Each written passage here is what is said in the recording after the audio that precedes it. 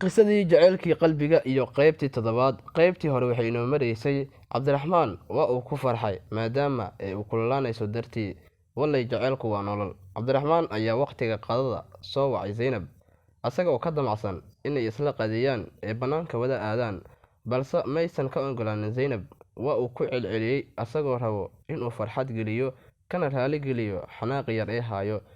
zaynab nasiib wanaag way ka ogolaatay, wayna israaceen ayagoo isku qanacsan. dhanka kale raxmo ayaa soo daba gashay lamaanahan isku qanacsan, way daba socotay iyadoo rabto inay ogaato meeshay aadayaan. hase ahaatee meel qurux badan oo maqaaxi ah ayay tageen.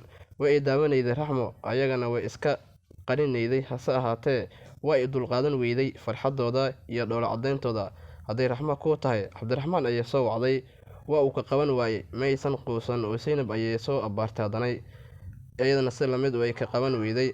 ayadoo is haynla ayay dul timid raxmo. lamaanahani waa ay la yaabeen waxa halkan ay kasoo doontay. zaynab ayaa su-aal weydiisay, su-aashaasoo ah maxaa intaan kasoo doontay halkaani, balse raxmo jawaab maysan haynin. cabdiraxmaan ayaa ku yidhi soo dhawow abaayo, isgaabi oo kale nala cuntay. waa ayna ka ogolaatay, waa sida ay rabtee.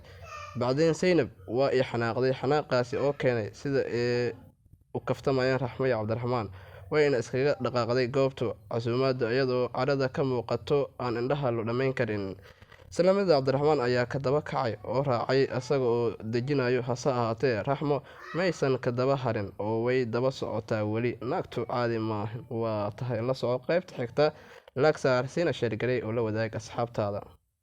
inaad page-kiina like iyo follow aad tiraahdo ama aad subscribe saarato barta youtube-ka aynu ku leenahay Jawhar TV.